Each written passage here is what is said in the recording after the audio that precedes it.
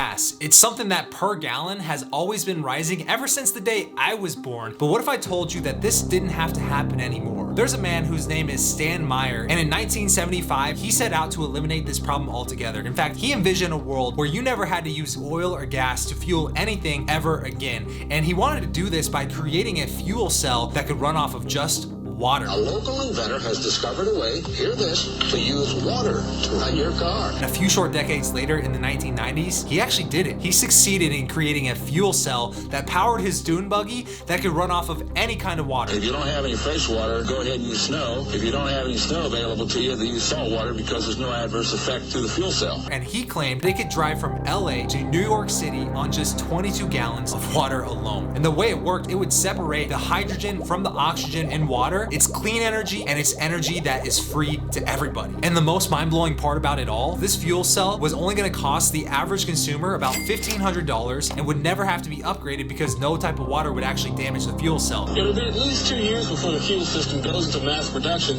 The day it happens will be one the fuel industry hates. The entire oil and gas industry is worth $463 billion with a B dollars. And just to put that into perspective, the richest man in the world only has a net worth of $268 billion. Now, when he successfully created this in the 1990s, he was getting a lot of media attention from local news stations, news porters, you name it, and he actually caught the attention of the US Pentagon themselves. The Pentagon flew a lieutenant colonel in last week to look at Meyer's invention. There's talk of possibly using it in the Star Wars defense program and to run army tanks. So this started a multiple-year process where he was going back and forth with the US Pentagon, and they were trying to partner up on this to where he could be the one heading the project of bringing this to the US military. What happened was in 1998, he went to a restaurant with his brother to put this deal in ink with the representatives of the US Pentagon. Little did Stan know, this would be the last day that he would ever be seen alive. People ask me, do I fear my life? I have learned the power of angels, and I've been protected in trying to bring this technology in. The way this meeting ended was he ran out of the restaurant in a panic, and his brother chased him out of the restaurant asking Stan,